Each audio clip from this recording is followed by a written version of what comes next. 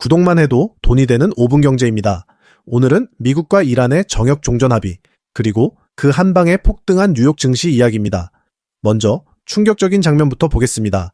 하룻밤 사이 다우는 사상 최고치를 다시 갈아치웠고 나스닥은 3.07%나 폭등했습니다. 지난 3월 말 이후 가장 큰 단기 상승폭입니다. 도대체 무슨 일이 있었던 걸까요? 핵심은 단 하나, 중동입니다. 미국과 이란이 휴전과 호르무즈 해협 정상화를 담은 양해각서, 그러니까 MOU의 전자서명을 마쳤습니다. 오는 19일 제네바에서 정식 서명식이 예정돼 있고 해협이 다시 열리면서 그동안 시장을 짓눌렀던 원유 공급 차질 우려가 한순간에 사라졌습니다. 그 결과는 곧바로 유가로 나타났습니다. 브렌트유와 WTI가 나란히 5% 안팎으로 급락했고 WTI는 장중 배럴당 80달러 선마저 무너뜨렸습니다. 유가가 빠진다는 건 곧 물가 압박이 풀린다는 뜻입니다. 그리고 물가 압박이 풀리면 어떻게 될까요? 연준이 더 조일 이유도 사라집니다. 위험 자산을 사도 된다는 신호가 시장 전체에 켜진 겁니다. 자, 그럼 어떤 종목들이 날아올랐는지 보겠습니다. 먼저 대형 기술주입니다.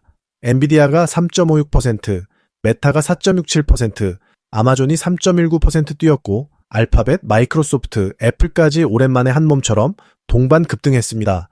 그런데 오늘의 진짜 주인공은 따로 있었습니다. 바로 반도체입니다. 메모리 대표주 마이크론이 무려 11% 폭등했고 마벨 테크놀로지가 10.30%, 아몰딩스가 8%, AMD가 6.50% 치솟았습니다. 장비주인 랩리서치와 어플라이드 머티리얼즈, ASML까지 가세하면서 필라델피아 반도체 지수는 사상 최고치 수준에 도달했습니다. 여기서 잠깐 오늘 시장을 달군 또 하나의 키워드가 있습니다. 바로 스페이스X입니다. 초대형 공모주 스페이스X가 상장 이틀째에도 19.6% 급등하며 우주항공과 AI 산업 전반의 투자 열기를 다시 불붙였습니다. 같은 계열인 테슬라는 의외로 1% 안팎의 완만한 상승에 그쳤는데요.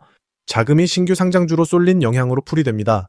키뱅크가 매수로 의견을 올린 파이어플라이와 로켓랩도 과도했던 낙폭을 만회하며 5% 안팎으로 반등했습니다.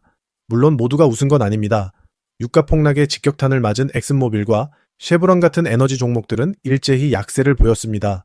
누군가의 호재가 누군가에겐 악재가 되는 전형적인 순환매 장면입니다. 이제 채권과 금리로 가보겠습니다.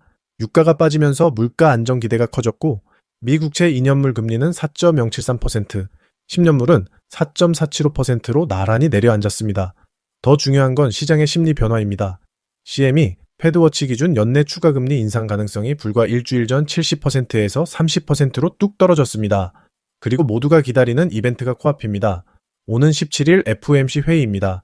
기준금리는 3.50%에서 3.75%로 동결이 확실시되지만 진짜 관전 포인트는 따로 있습니다.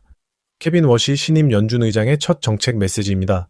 새 의장이 어떤 색깔을 보여주느냐에 따라 이 랠리의 수명이 결정될 수 있습니다. 자산시장도 함께 짚어보면 위험선호 심리가 퍼지며 달러는 약세, 유로화와 파운드화는 강세를 보였습니다. 안전자산인 금은 2.6% 올라 온스당 4,325달러를 기록했고 비트코인은 위험자산 랠리에 올라타 66,000달러 선을 돌파했습니다. 마지막으로 정리하겠습니다. 오늘 시장은 중동 리스크 해소라는 단 하나의 재료로 폭발했습니다. 유가 하락이 물가와 연준 압박을 동시에 풀어주고 거기에 스페이스X 모멘텀까지 더해지면서 기술주와 반도체가 장을 끌어올렸습니다. 다만 안심하긴 이릅니다. 호르무즈 해협 통행료를 두고 미국은 전면 무료를, 이란은 60일 유예 후 징수권을 주장하고 있어 실무 협상에서 잡음이 남아 있습니다. 단기 변동성은 열어두되 그동안 소외됐던 경기 민감 업종으로 순환매가 이어질 가능성에 주목할 시점입니다. 투자 판단의 분수령은 결국 17일 FOMC가 될 겁니다. 오늘도 시청해주셔서 감사합니다. 구독과 좋아요는 다음 분석을 만드는 힘이 됩니다. 끝.